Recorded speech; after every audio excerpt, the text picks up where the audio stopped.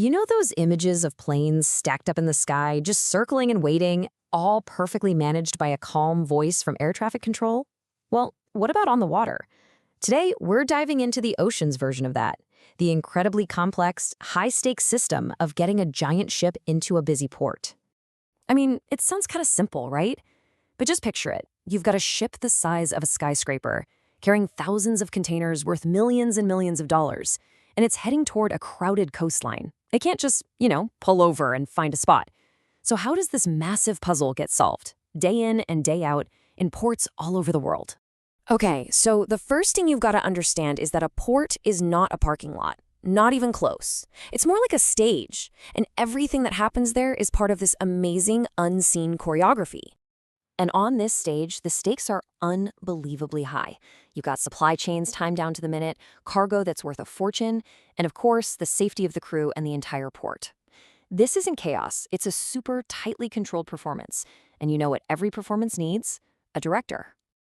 So let me introduce you to the harbor master. This is the person in charge, the conductor of this whole maritime orchestra.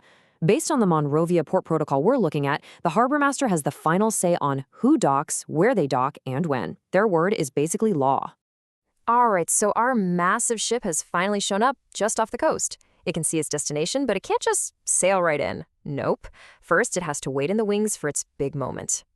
This waiting area out at sea is called the anchorage, and it is absolutely not first come, first served.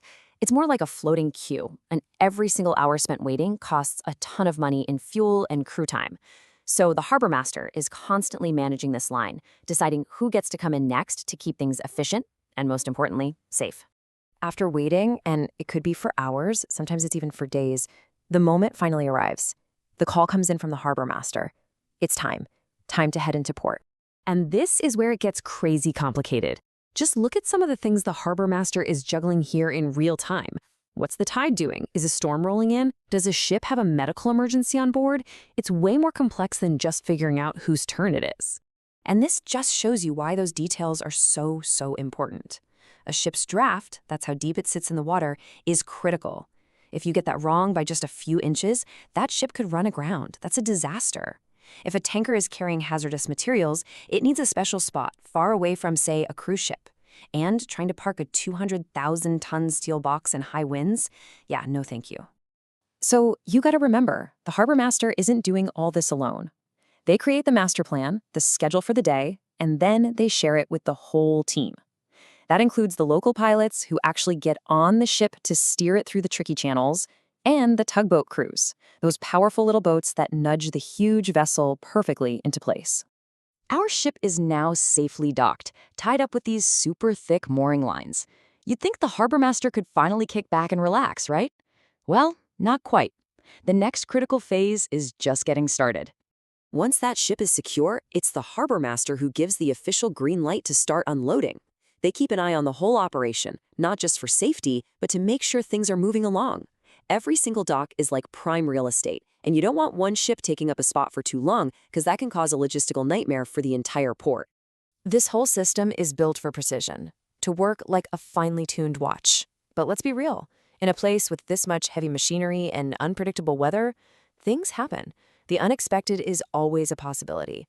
So what happens when the plan falls apart? Imagine it. An alarm blares across the water. A report of a hazardous spill comes over the radio, a medical crisis. In an instant, that beautiful, carefully planned ballet comes to a screeching halt. And you can hear it right from the source. In the harbor master's own words, the response is immediate and it's decisive. There's no guessing. The training just kicks in. And this is that protocol. Stripped down to its core, it's powerful.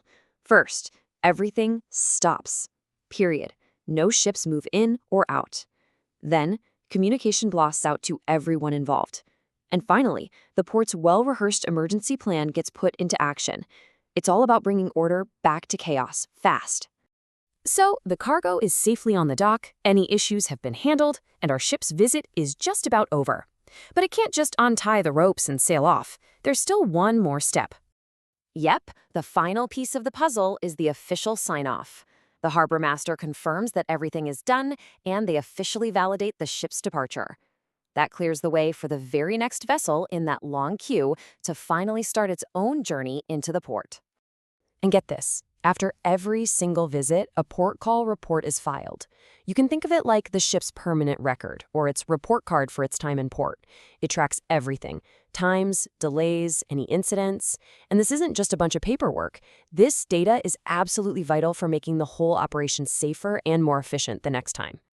So, from a carefully managed line of ships miles out at sea to that intricate dance of tugboats at the dock, the journey of all our stuff is guided by this hidden choreography. Maybe the next time you open a package that's come from across an ocean, you'll picture the harbor master, the true unsung traffic controller of the sea.